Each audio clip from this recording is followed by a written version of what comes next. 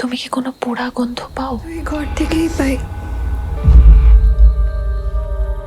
এখানে এই পোড়া টায়ারটা কিভাবে এলো? হয়তো লক্ষ্মী রেখেছে।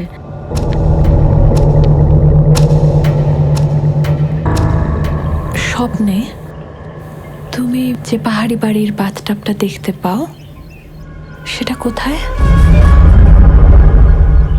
আপনি কি করে জানলেন?